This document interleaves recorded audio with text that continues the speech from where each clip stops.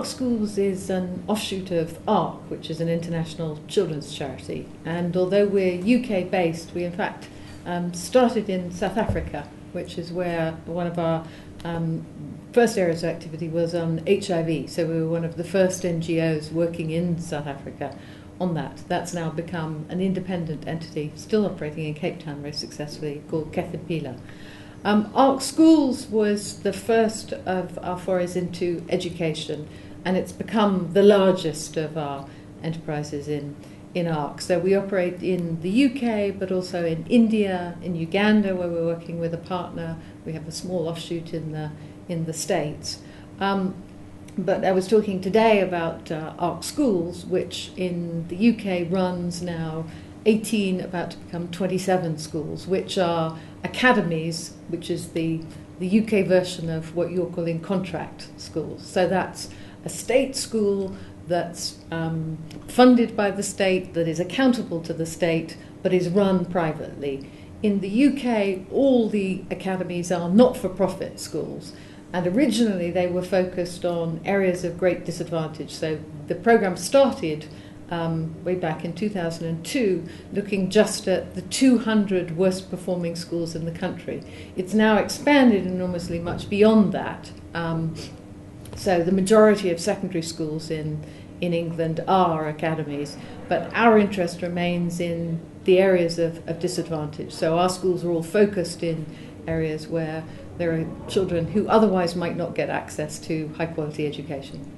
The problem that we're particularly interested in is closing the achievement gap, that you'll know you see across the world. There's a sharp sort of divide between the educational outcomes for, the average people in the community and the most disadvantaged.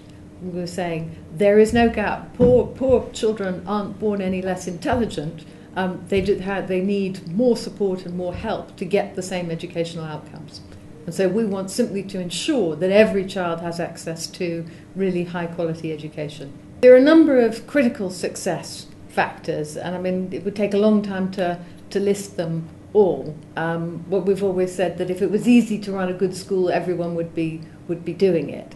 But I think the sort of key things, we have the ARC 6 pillars, and I think of those, I'd say key ones, and this is in danger of sounding like apple pie and motherhood, but the key one probably is high expectations. Now, you're not going to catch any school boasting about its low expectations for pupils.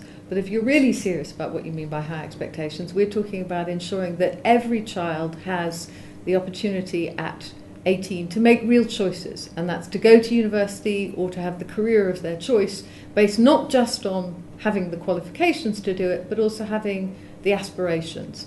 And I think when you remember that for sort of most of our kids, they're coming from homes where not only is there no experience of higher education, but there may be no experience in the family of paid employment.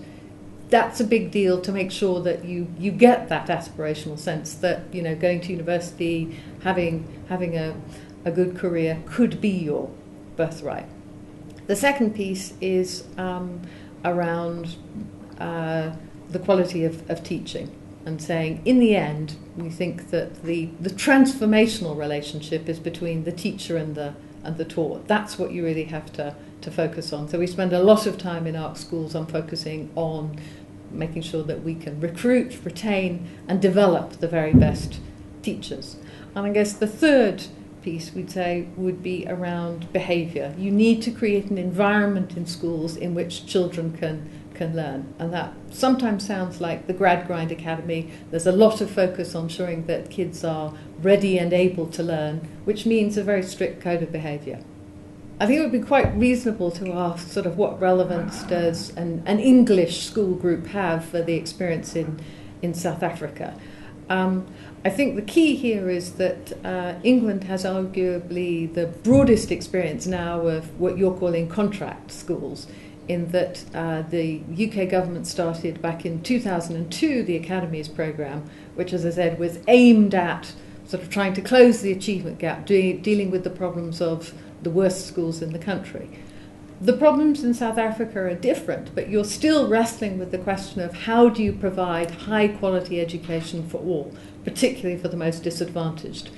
And now that we have in our contract school, equivalent of the contract schools, I guess sort of 11 years of experience at seeing sort of what works, what the obstacles are. I think there are probably lessons to learn, as there are indeed, as you see in Pakistan, from the experience in many of the other countries internationally which have experimented with the same sort of public-private partnerships in schools.